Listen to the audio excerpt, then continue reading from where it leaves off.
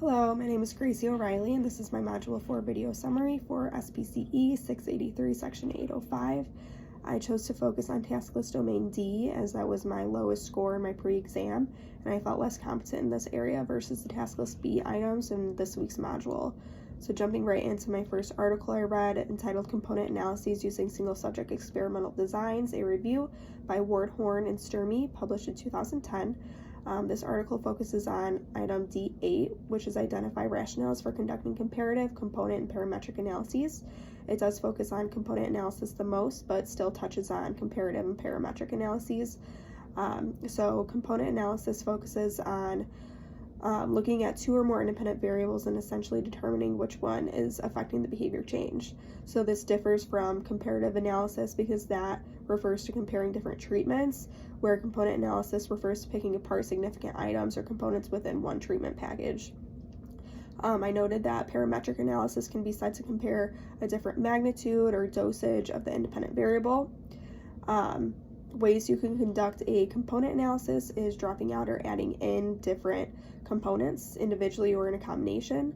You could also do this among groups by changing sequences, combinations, inclusion or lack thereof of components that are affecting the behavior, and you could see what will be affecting it the least, moderately, or the most. It enhances social validity, and essentially when you could rule out a specific component that is affecting the behavior change, you could better generalize and maintain the skill.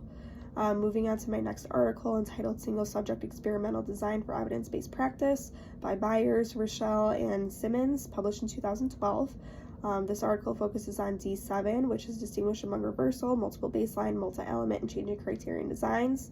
It does focus on withdrawal more so than reversal, but still refers to reversal. So the information I gathered about reversal is that it begins with baseline intervention, then reinforcement contingent on instances of behavior that is incompatible with the previously reinforced behavior from intervention, which is the main distinction between reversal and withdrawal, as withdrawal doesn't necessarily deal with another target behavior.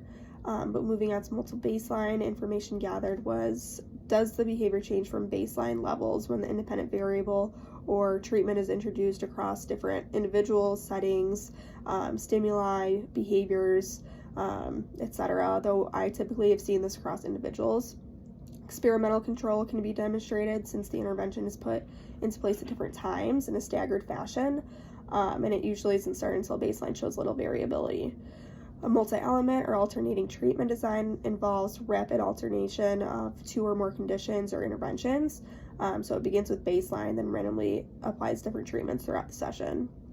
Changing criterion measures the effects of a single independent variable or intervention on one or more dependent variables. So that focuses more on the consequence and altering that contingent upon the individual meeting a set criterion. So it's similar to multiple baseline, but the changing criterion uses multiple levels or magnitudes of the independent variable versus multiple baselines. So I think of this almost as a phase change and put it into a graph once a client met mastery criteria for one specific prompt level, and then we move to a lesser prompt level. I kind of had a hard time still understanding the difference between withdrawal and reversal, so my next article is entitled Withdrawal versus Reversal, A Necessary Distinction by Wine, Freeman, and King, published in 2014, which also focuses on D7. So to elaborate more on the distinction between the two, the withdrawal design doesn't include that second target behavior and is simply depicting one intervention for one behavior, switching from baseline to intervention to baseline to intervention.